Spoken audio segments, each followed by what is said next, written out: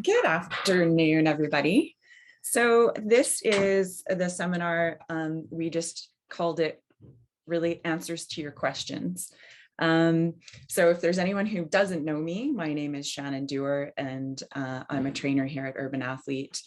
And my idea was to get some involvement from our members and to see what type of questions everyone had that they wanted to get answered. And I thought that would just be a nice way to kind of address some of those common things that we might not necessarily think about asking, but it comes into your head maybe before and after a class. So we're just going to jump right into it. So the first question that I got was, if you had to choose 3 exercises that you could do from home on a regular basis, which should those be to increase your strength? So an excellent question, and actually also very timely, especially considering that for a lot of us, we were at home and we were, sometimes some of us had equipment during the lockdown, some of us didn't. First of all, I've made some assumptions so that I can answer this a little bit more specifically. So my assumption was that in terms of strength, we were talking overall body strength as opposed to focusing on one body part. So that's kind of how I looked at it. And just based on specific goals aside, we're just talking about your overall body strength. And I also base these exercises on having no equipment, just your own body, and basically a floor or a wall or whatever anyone would have access to this. Thought that would be the most simple. So compound exercises would, in my opinion, be the most efficient, because compound exercises include major muscle groups, many muscles, and we're working them all at the same time. And in saying that, I think it's also important to reiterate that movement originates from your core. And to say that a strong core is essential is actually probably a huge understatement. It's number one. So you'll notice in these 3 exercises that core is a big component, because once again, all movement originates from your core. So a strong core is the foundation of all movement. So number one, and I think most of us would be familiar with this, is a plank. Now, planking, based on, I often get the question, what's better, what's harder, what's more difficult, a straight arm plank or a forearm plank? I would say, let's disregard that question and let's go with, which one do you feel strongest on? Many people have issues with wrist strength and stability. Of course, being in a straight arm plank, so arms fully extended, is going to help strengthen that joint, but it can also cause pain. So for anyone that does have wrist issues, and that is a challenge for you to do a straight arm plank, then go to forearm plank. It distributes the weight, it takes the pressure off the wrist, and it just makes more sense. So you choose which you would prefer. And I mean, you're always welcome to switch it up, do a little straight arm plank, do some forearm plank. The body likes variety. So, and why I would recommend a plank is, number one, it's a postural exercise. So your entire body is engaged in a plank. It's for shoulder strength and stability. There's many variations that you can do.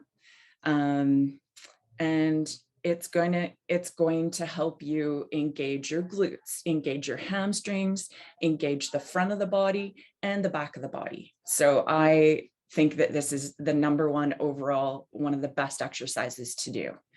And once again, many variations. I'll just give you a few. I mean, you can lift a leg to make it harder. You can alternate just lifting your foot off the ground. You can have a narrow stance. You can have a wider stance. You can elevate your feet to make it more difficult. You can come to your knees and do a kneeling plank. If you're a beginner, you can do a one arm plank hold.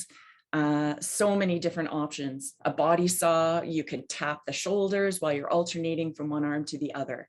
So an excellent exercise, and all you need is your body.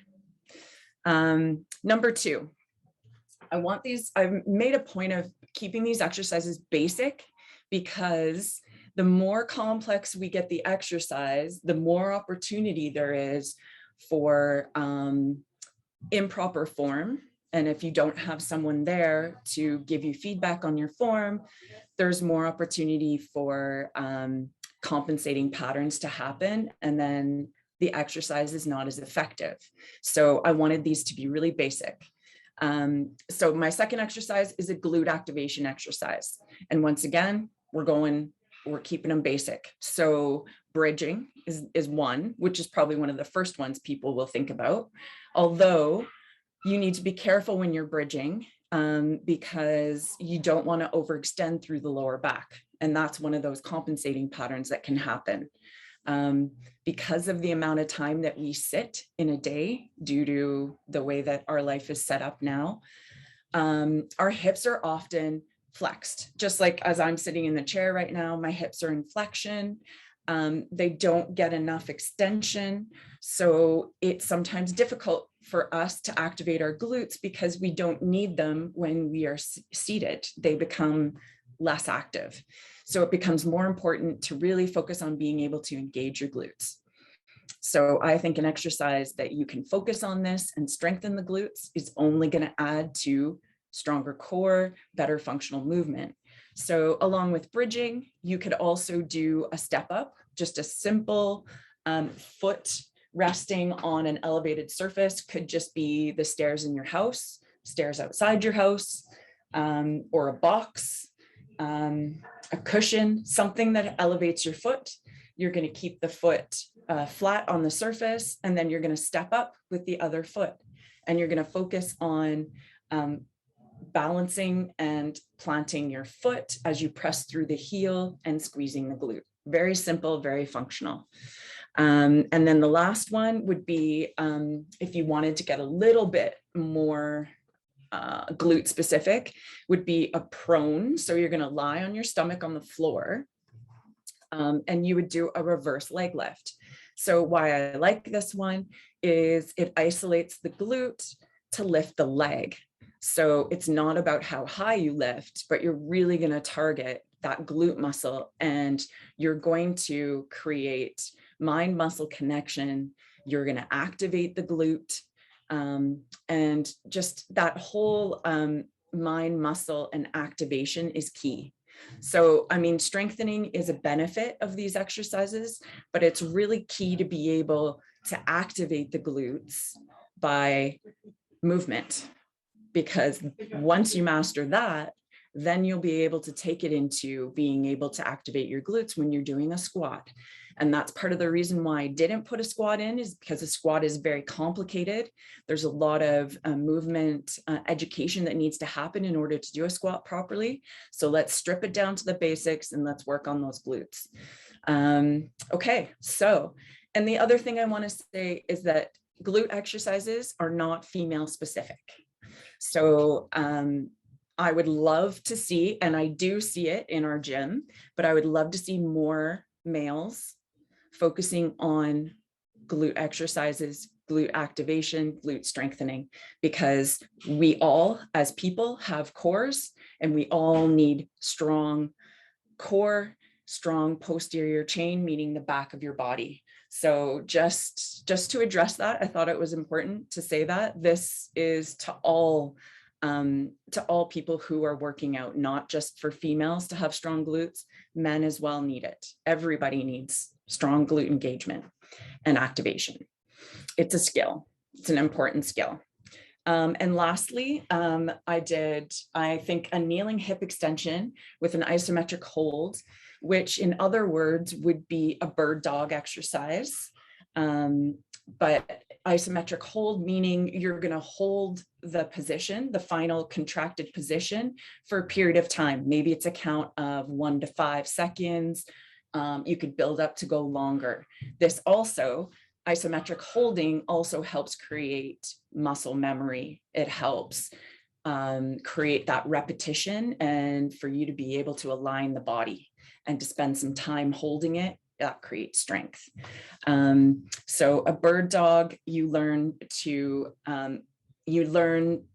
about aligning the shoulders, just like you would in a plank, squaring the hips, which is really an important skill, and then activating your lats as you're in that kneeling position. You're bracing the trunk and your spine at the same time, and then you're going to hold it.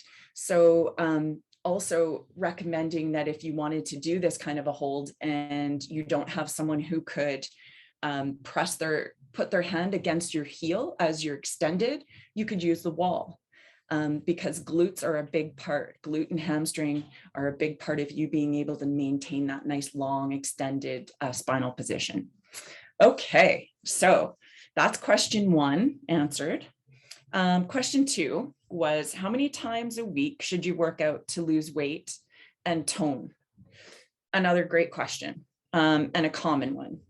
And then they also asked about your cardiovascular exercise versus resistance training or weight training.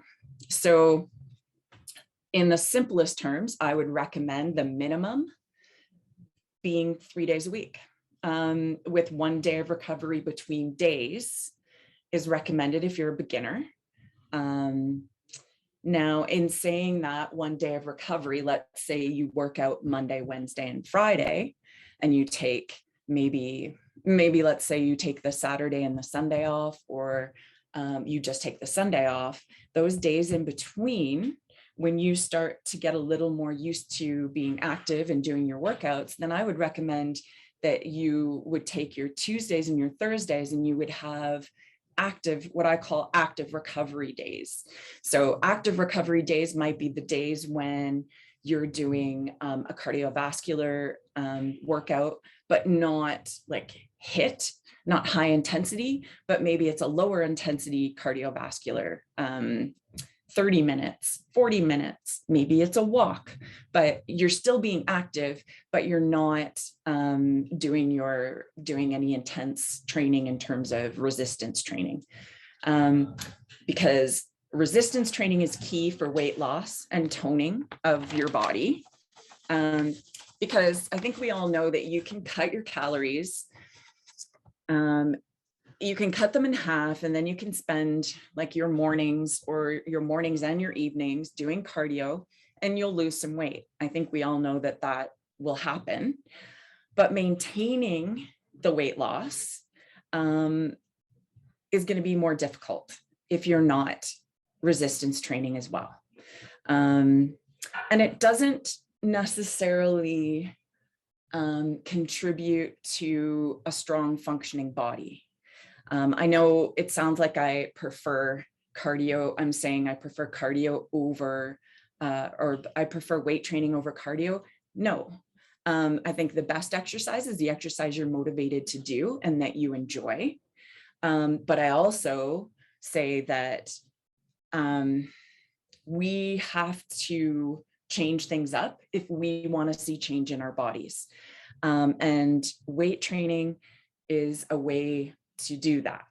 Endless cardio is not going to help you see change, but adding resistance training and cardio intervals, I can almost guarantee you're going to see results. There are things that we need to keep in mind, that weight, in terms of weight loss, weight is a number. It doesn't say a whole lot about your body. Muscle weighs more than fat, and we need to keep that fact in mind. We also have to think about the intensity of our workouts. Workouts don't have to be more than 30 to 45 minutes. And sometimes they can even be as little as 20 minutes. But it's about, the key of that is about your intensity. We need to be able to kind of push out of our comfort zone. And this means that maybe a trainer needs to help push you out of your comfort zone and to do it in a safe way if you're not comfortable doing that yourself. You also need to think about keeping your heart rate elevated during those intervals, because once again, if you want to see change in your body, you have to be willing to some degree to push against your comfort level or your comfort zone. We can't expect results by doing the same thing over and over again. Change is required. But also, we need to remember that weight loss occurs due to a combination of factors.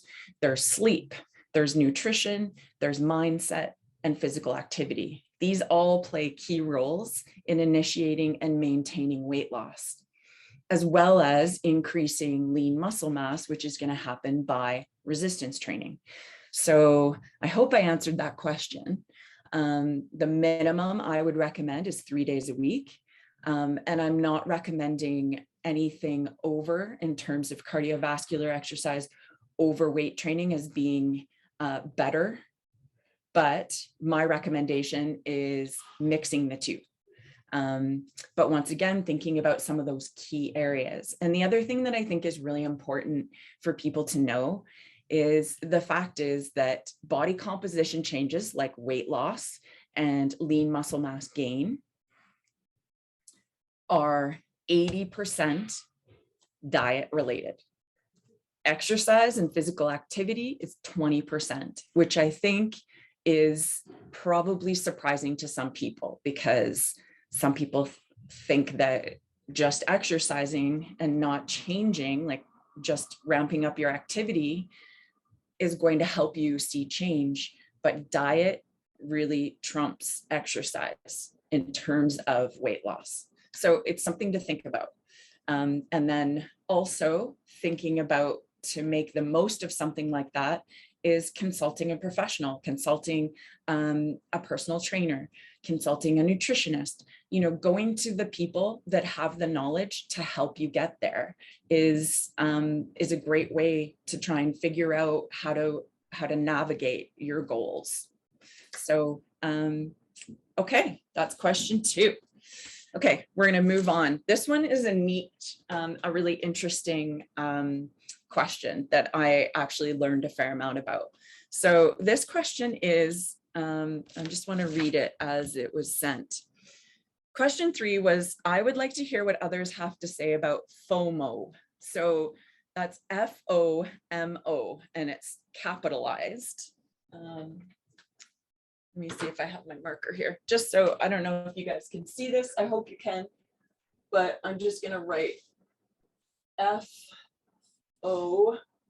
And I think it's like that.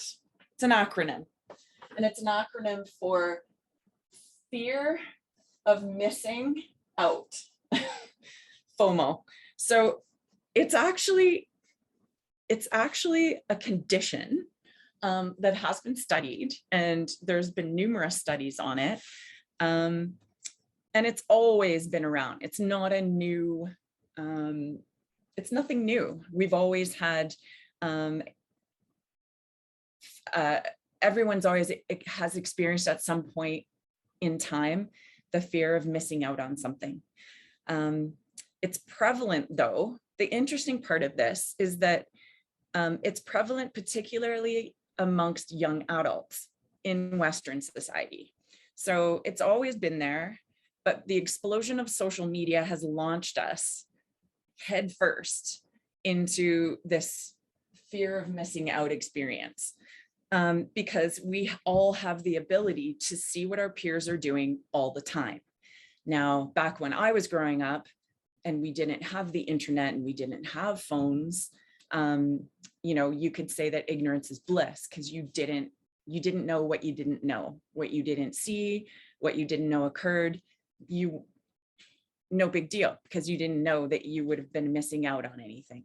But once again, because of where we are now with technology, this has become a problem for some people, and it's associated with negative outcomes, fatigue, stress, sleep problems. And it's felt, the other interesting thing is it's more prevalent towards the end of the day, which I think is because we're often looking at our phones and we're going to Facebook or we're going to Instagram and we're looking and seeing all of these snapshots of people's days or successes or challenges, things people have taken on. And typically when we have time at the end of the day to view those things, then we start thinking about, oh, well, this person is doing this and I'm missing out on doing that, and having challenges with the fact that perhaps you're thinking that you're not achieving enough or doing enough or accomplishing enough. So I thought that was interesting. So it's very prevalent at the end of the day and towards the end of the week as well, which I thought was interesting. And these are all based on scientific studies that they've done. And it's, the other thing is they were wondering if anyone is less susceptible to it. And they did find that based on their scientific research that it's felt by all, regardless of your temperament or your tendency to lean towards introvert, extrovert, whatever. But the other interesting thing is that it's more prevalent in younger adults. And that as we grow older in age, so more towards my age, we tend to become less susceptible to feeling this fear of missing out. So what does that have to do with exercise? Well, actually quite a bit. In terms of getting to a better place when you're starting to feel this, you want to focus less on the potential losses of missing out and focus more on the immediate gains of what's being done in the present. So the best example I can think of is meditation, which I think helps us be in the present. So I think that's part of the reason why meditation has become more popular and a skill that a lot more people are requiring and seeking out, because it is difficult to stay in the moment. So meditation would be a way to help you become more aware of being in the moment and less living outside and looking at external forces. And it relates to exercise because fear of missing out can become an unfocused approach to exercise in an attempt to reach multiple conflicting goals. So it's like being an extreme multitasker. Sometimes we can multitask a ton, but what we end up doing is we have so many things on the go that we never really do any of those or achieve any of those one things to its fullest, because we have too many things going on. And that often can happen as it relates to fitness goals. So I've got a really extreme example, but I think it illustrates kind of what we're talking about. So once again, it's trying to do everything all at once, and yet you end up accomplishing nothing in the end. So let's say your goals are that here's somebody who has fear of missing out, and they've laid out these goals that they want. They want to get shredded. They want to squat 3 times their body weight. They want to add 5 inches to their biceps. They're training for an extreme obstacle course race. And all at the same time, they're on a juice cleanse. So, and you're probably laughing because the impossibility of having achieved all of those things at the same time is pretty much nil. This approach is not going to achieve any of these goals to their fullest potential. And really what it's going to do is it's going to get you on the fast track to be mediocre at the most, and really nothing more. So program hopping, like always thinking there's a better program. I'm going to try this program for a week and then I'm going to go to a different program. it's not sustainable, and it's not going to help you reach those goals. So it's curable, because what you need to do is we need to bring our focus in narrow. So what we need to do is we need to pick one goal, and we need to attack it without mercy. So that's the fastest way to become the best version of yourself, is to stop multitasking and start attacking, which I like. Remembering that, if you're looking at social media, or if you're looking at someone at the gym and you're like, oh, I want to look like them. I want to be like this person. I want to look like this, or I want to do this. I think it's really important to be mindful that that person that you see, or that achievement that you see, remember that we're all at different stages in our journey with fitness and wellness. So you don't know, you're seeing maybe the end result of years of training, or maybe a year of specific training to do that one particular thing that you see, that you're like, oh, I want to be able to do that. So you need to just remember that we're all at different stages. So sometimes if you're looking at someone in the gym and you're like, I want to look like them, well, it might have taken them 20 years to look the way that they look today. Not saying you have to train for 20 years, but a lot of time goes into the end result of something. And you might be looking at something that you have to remember has taken a lot of time and effort to achieve. So I just think that's an important thing, because I think that happens to all of us. So just remember that we're all at different stages in our journeys. And once again, seeking advice from maybe that person, or the person that achieved that goal, is a great way, is to sit down and talk to them and ask them how did they get there? How did they achieve that? And I guarantee, for the most part, most people are going to be more than willing to help you map out a route to get yourself there. Yeah, so I thank you for that question. I'm not sure who sent it in, but I think it's a great question, because I think we've all at some point felt that. And I like it. It was a really different question, and I like kind of where it went, and I learned a lot from that. Okay, now we're going to get into something a little more specific. This question is, whey protein a good protein?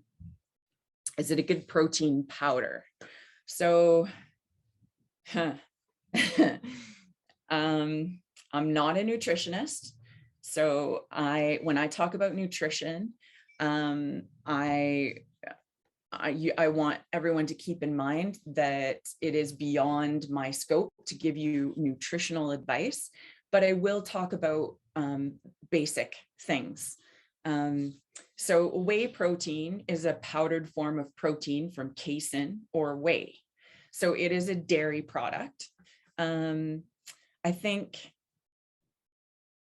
don't think that I'm not going to say that one type of protein source is better over another protein source, but what I'd like to say is that there's things that you need to consider when you're looking at supplementing a protein powder. And I think maybe there's some things that are just good things to keep in the back of your mind. Number one, I think it's important to consider where it's sourced, and that it's a clean source of protein. And when I say clean, I'm talking about no toxins, or very little. And those things can happen in the manufacturing process. We can have toxins created, but also toxins can be in the soil and absorbed by plants that are made into protein. So that can happen also when we're talking about whey protein, and we're talking about cows. We have to think of the health of the animal and from where it's sourced, and how those animals are raised and fed. So in my experience, when we're talking about whey protein, typically back when I used to use whey protein, I would look at protein that came from New Zealand, because New Zealand is one of the countries that has some of the purest forms of and purest cleanly sourced proteins are from New Zealand. So I would look for New Zealand whey protein products. Read your labels, because some of the protein can be high in added sugars and really high in calories. So just like you read your labels on your food in the grocery store, you need to have a look at the labels on your protein powders and consider how much sugar you're willing to consume, and calories per serving, because having high sugar and high calories can cause weight gain and unhealthy spikes in blood sugar. So we just have to think about that. And the other thing with whey protein to think about too is it can, not always, but it can cause digestive distress because it's dairy based. And I think we're seeing this more and more nowadays, is that people are having issues digesting lactose, which is milk sugars.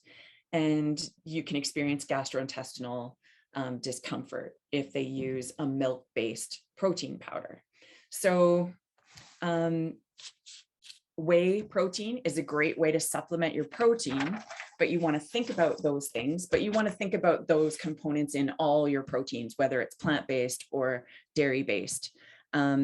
So one of the things that I have learned over time, I definitely probably about, I'm going to say 5 years ago, 6 years ago, I really overconsumed whey protein. And because I was consuming it too much, too often, I developed a sensitivity to it. So over time, I think it took about 2 years of using it, but over time, I developed that sensitivity where I was having problems digesting it. So I had to figure out what I was going to do. So now I go to plant-based protein, because now I find that, and this is from my own overconsumption and not being smart about how, what you should do is cycle your proteins. So when I talk about cycling, I mean having a whey protein and then also having a plant-based protein and alternating them so that you're not day to day consuming the same type of protein, because you're always at risk of developing a food sensitivity, particularly as we get older. So try to cycle your proteins. So maybe you, every other day, you're maybe on a Monday, like your workouts, on a Monday, Wednesday, Friday, you're doing whey protein, and on a Tuesday, Thursday, Saturday, you're doing a plant-based protein, and you're just alternating them, which helps to avoid this over sensitivity happening if you're consuming the same protein. Because usually what we do is we find a protein we like the taste of and a brand we like, and it's our standard, and we maybe have a shake or 2 shakes a day. And over time, if you're not cycling your protein, that sensitivity can happen. I'm not saying it will happen, but it can. So just cycling your different sources is a good way to avoid that. And that's also something that you can think about doing with nut butters. So peanut butter, you would cycle it with peanut butter and almond butter and cashew butter and different butters, so that once again, you don't develop an overconsumptive sensitivity because you're just consuming too much of it. Yeah, so I think whey protein is a great protein source, but once again, just based on kind of all the information I just gave you, like anything else, look at your labels, think about that cycling of protein so we don't develop an oversensitivity, and we should be good. It is difficult to get all of your protein from your diet, but you also want to consider consuming whole foods and getting a lot of your protein sources from your daily diet as well. Okay, moving on here. So I hope I'm not taking up too much time. What's the best thing to eat before a morning workout, or should you not eat until after your workout? Excellent questions. Everybody is giving some great questions. So this one's difficult to give you a definitive answer because we're all different. Our bodies are all different, but I have to say that this is a common question that I get a lot from clients, from class members. And for me, so for myself, I work out fasted. So meaning I don't eat before I work out. I know that over time, that works best for me. But for others, doing that can make their workout, make them feel lethargic. You can feel sick, and it's not the best for you. So I recommend that, like anything else, you experiment a little to see what works for you. So yeah, trying to do a workout in the early morning when you're fasted and you haven't eaten, and see how you feel. Once again, it might work for you, it may not. And if it doesn't work for you, well, there's a couple of things to think about. My suggestion for pre-workout eating, if you're going to be having like a complete meal, let's say you like to work out later in the evening, I recommend that you eat 2 to 3 hours before your workout and you focus on a balanced meal. So when I talk about a balanced meal, we're talking about making sure you have a fat, making sure you have carbohydrates, and making sure you have protein in that meal. Because protein helps increase muscle performance and growth, and it also promotes muscle recovery. So it's important to have protein. Now, fats provide endurance, so fuel for longer bouts of exercise. And carbohydrates, well, glucose is the fuel. It fuels the brain, and it also is the fuel for muscle energy, and especially for more shorter, intense workouts like a HIIT type of workout or an interval, higher intensity workout. So balanced is talking about including those. And you could consider eggs with whole grain toast. These are just examples. Mixed berries with avocado, roasted veggies with apple, something like that, but recommending that you try and consume that meal 2 to 3 hours before your workout if you're going to have a complete meal.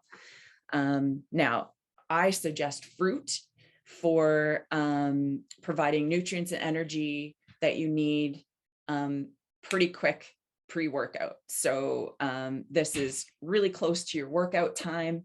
I would suggest avoid the fats and focus on your carbs and your protein. And one of the best fruits for that is a banana. They're rich in carbs, potassium, and they support the muscle and nerve function that's going to be required for your workout. But honestly, any other fruit is good. Apples, oranges, pears, almost any other fruit is going to be great for before a workout because it's a highly effective, quickly processed. We get to those nutrients really quickly.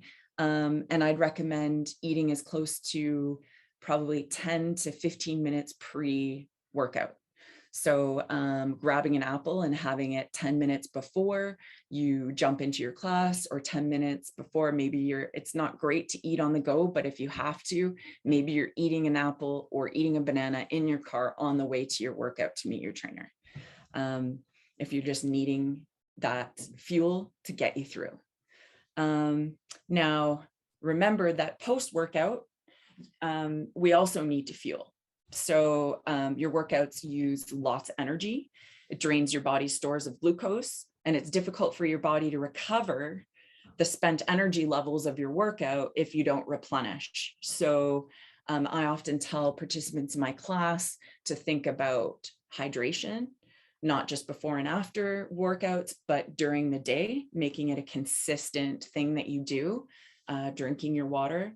But we should also think about fueling post-workout about 15 to 30 minutes after your workout. Best choice, carbohydrate-rich snacks will replace your energy supplies that you depleted during your workout.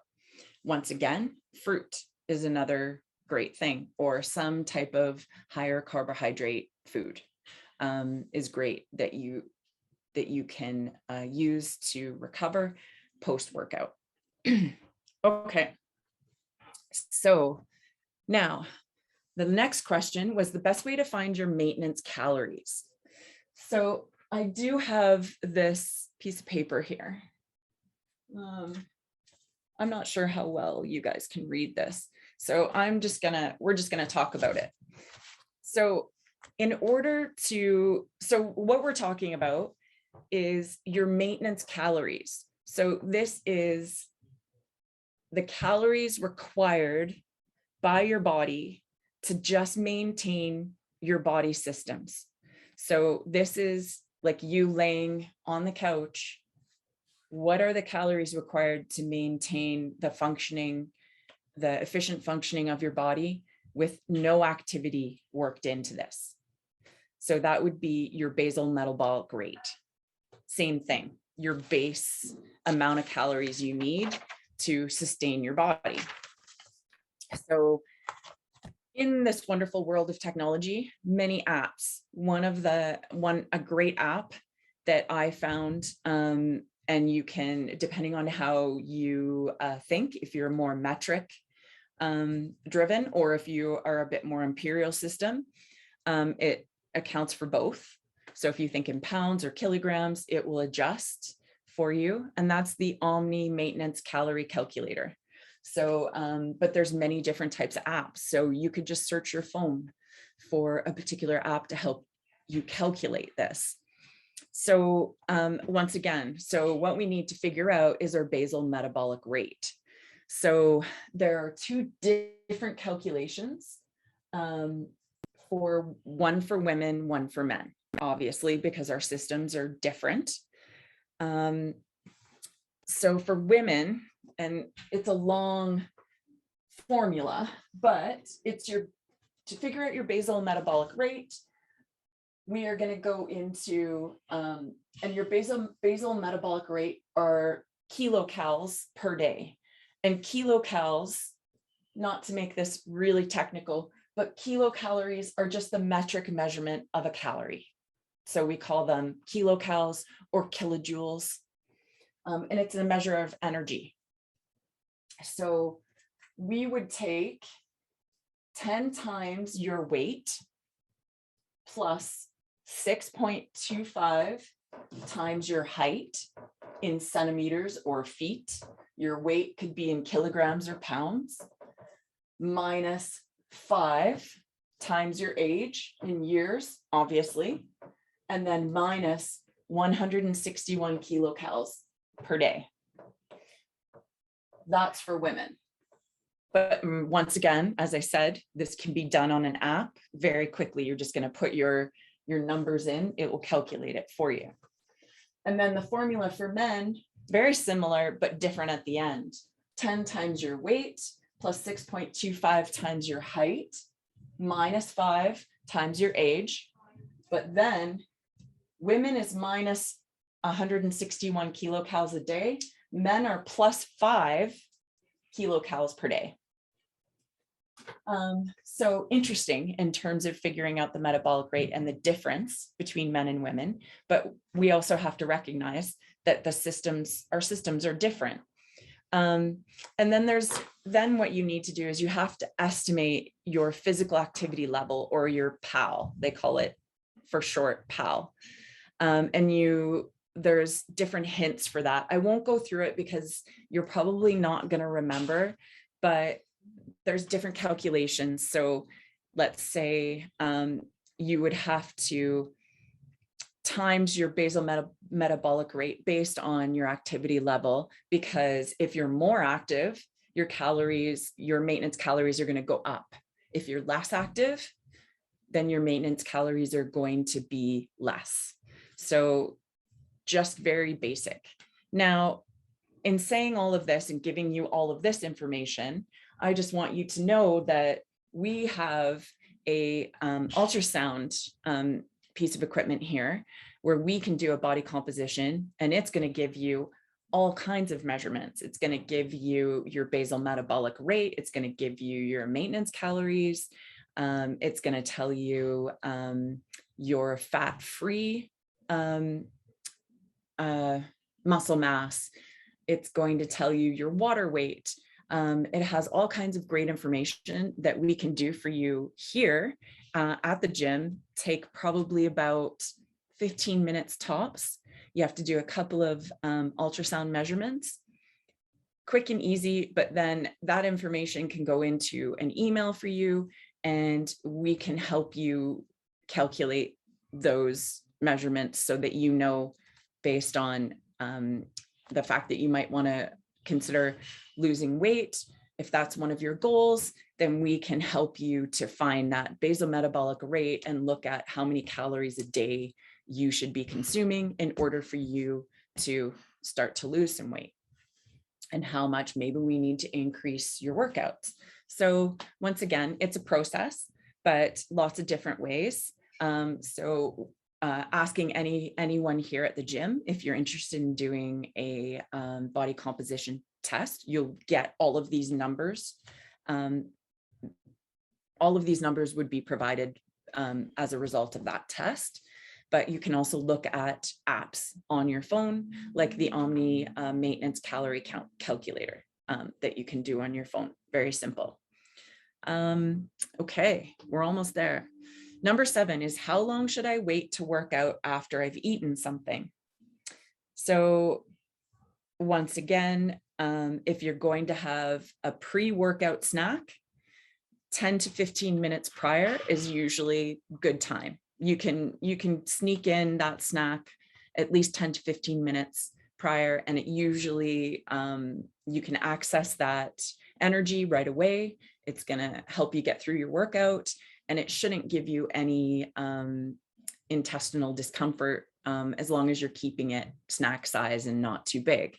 If you're wanting to consume a meal, then we go back to what I talked about previously. 2 to 3 hours pre-workout is optimal. And our last question was, how do you heal from injury? So that's a really big question, because of course, how do we heal?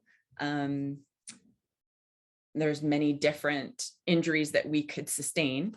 So it's a loaded question with lots of important considerations, but once again, for the sake of what we're talking about today, we're going to talk about, I'm going to say, a sports injury. So usually the question isn't how you heal. I find the question for most people is, after sustaining a sports injury, it's not a question of how to recover, but it's how to recover as fast as possible, is usually the question that I get or I hear. So the first rule to follow is advice and guidelines of your particular health professional. That is the number one thing I recommend. You want to get a diagnosis and understand your injury. You want to understand the mechanism. You want to understand why it happened and what happened. And you want to get clinical examination and imaging tests so that it will confirm the diagnosis, whether you know if it's a strain, if it's a sprain, if it's a break, a tear, all kinds of different possibilities. But getting that diagnosis confirmed from imaging and examination by a health professional is how the best way to figure out what exactly is going on. Most of us know when there's something wrong, and it's important not to let that continue for too long, because if we ignore what our body's trying to tell us, we're just setting ourselves back, making ourselves vulnerable to re-injuring or making that injury worse. So we want that kind of a diagnostic, going to someone to find out exactly what happened, will contribute to giving you a rehab strategy. And that's going to enable faster recovery with limited complications. Complications like if we ignore it and we continue to push through the injury. Once again, listen to your body. It usually, if we're in tune enough, we know when there's something that's not right or it's chronic and it's serious. Try to avoid the, it'll be fine, I'll be fine. Get it looked at, go and see a physio, go and see your family doctor. I think that just makes sense. They're the health professionals, they can help diagnose, and they can also help to say, look, we're not seeing anything in the imaging. And then we know maybe that this is a tissue issue, and that maybe we do need to go and see a physiotherapist or look at other reasons why this may have happened. Understanding your injury helps enormously with the mental preparation during your recovery. So an early recovery from a sports injury requires managing the early healing process of the injured area and having a tailored rehab plan. Seeking help and guidance from a specialist, be that once again, your family doctor, a sports medicine physician, a physiotherapist, seeking that guidance from a specialist while being careful not to further aggravate the injury is going to make all the difference in how well you recover and how quickly you recover. Yeah, well, that everybody is the end of the questions that I had for answering today. And I just want to thank those people that contributed and sent those questions in. I hope that this information was good in terms of answering some of those questions that you may have, or giving you some insight that you may not have had prior to this. Yeah, and please, if you have any questions that come up during a particular class, it's great. The instructors are extremely knowledgeable and always willing to try and answer questions. So please take those questions to your instructor or to one of the personal trainers on the floor, or even asking people at the front desk. We will always do our best. If we don't have the answer, we will seek out and find the answer for you. I hope that, I hope once again that this gave everyone a little bit of insight, answered everybody's questions, and and don't be shy about asking those questions, because it's always a great opportunity for us as health professionals to learn, because I definitely learned things just based on some of these questions, things that I didn't know. And it helps us to educate ourselves and to once again share our knowledge with you, because our ultimate goal here at Urban Athlete is to help you achieve your fitness and your wellness goals, and we have a vested interest in seeing you get to where you want to be. Okay, thanks.